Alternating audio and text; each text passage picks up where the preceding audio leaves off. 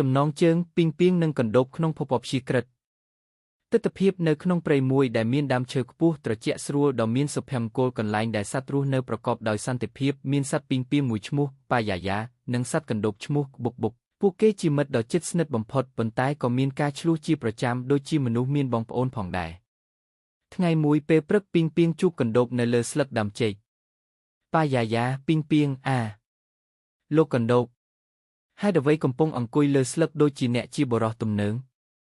បុកបុកកណ្ដូបឲ្យស្អែកប៉ុន្មាននេះខ្ញុំសប្បាយណាស់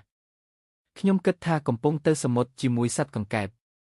តែពេលនេះគាត់ឲ្យដំណឹងថាខ្លួនចូលពន្ធនាគារសង្ស័យថាហែទឹកក្នុងអាងគេដោយគ្មានសិទ្ធិប៉ាយ៉ាយ៉ាចាស់ហើយចេះហែទឹក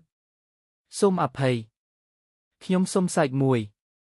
ខ្ញុំសំបីតែសូផងនៃអាងទឹកគេក៏ខ្ញុំសរេសង្ស័យថាសំណាងខ្លួនហួសហេតុពុកបុកចាំមើលទៅនៅថ្ងៃណាមួយខ្ញុំនឹងអនុវត្តគម្រោងកណ្ដូបហែទឹកពិភពលោកហើយបើបានឈ្នះខ្ញុំនឹងសុំឲ្យអ្នកជាប្រធានគម្រោងប៉ាយ៉ាយ៉ាប្រធានគម្រោងបើខ្ញុំជាប្រធានគម្រោងនឹងចាប់ផ្ដើមដោយការគូសាក់លបងហែទឹកក្នុងពេងខាញ់ជាមុនសិនបុកបុកនេះគឺជាការគំរាមដែរឬចំអិនចំ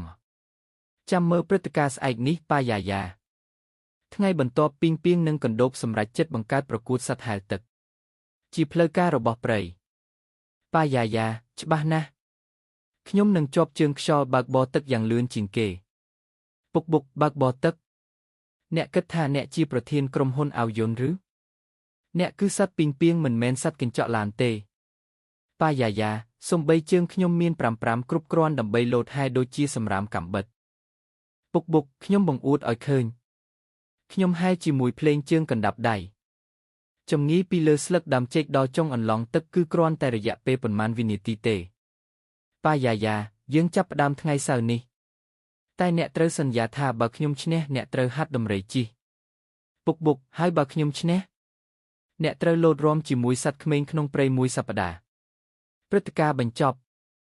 បន្ទាប់ពីការប្រកួតកំប្លែងដែលសាច់បំផុតសត្វទាំងពីរទាំងហែលទឹកទាំងជិះសត្វក្មេងទាំងរំរូបរំរាយជាមួយសត្វផ្សេងនៅព្រៃជាពិសេសខណៈពេលពួកគេជាប់គាំងក្នុងអន្លង់ទឹកហើយគ្មានសត្វណាមកជួយពួកគេចាប់ផ្ដើមសម្លឹងមុខគ្នាហើយសរសេរថា